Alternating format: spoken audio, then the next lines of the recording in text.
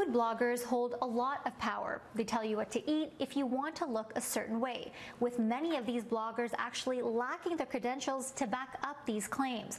It's a frightening trend for one Ontario mom of two who's not only concerned for her daughters, but young women's health around the world. No carbs, no sugar, clean eating. Chances are you'll find these hashtags littering your Instagram feed. Carbs and sugar treated like bad words by food bloggers. She'd be looking at these food bloggers or diet, people who are in diets and promoting certain diets, and she's like, oh, well, they're doing this, why can't I do it? This Ontario mom spends a lot of time in the kitchen, cooking with all ingredients. Do you guys like shrimp?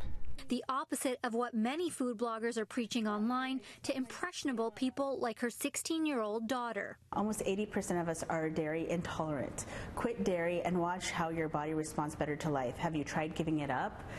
But hey, you're not a dietitian. This nutritionist and food blogger makes a big claim to over 70,000 followers who may be taking what she says as fact, an exaggeration according to this Toronto dietitian. There's a few things that can come up. First of all, you get a lot of polarizing views on food, and people can kind of go down a path where they think some foods are really good, some foods are really bad, and that could foster, an unhealthy relationship with food over a period of time to the point where, it could affect social life, it could affect their health. A recent study finds those who use Instagram have a higher chance of developing orthorexia nervosa.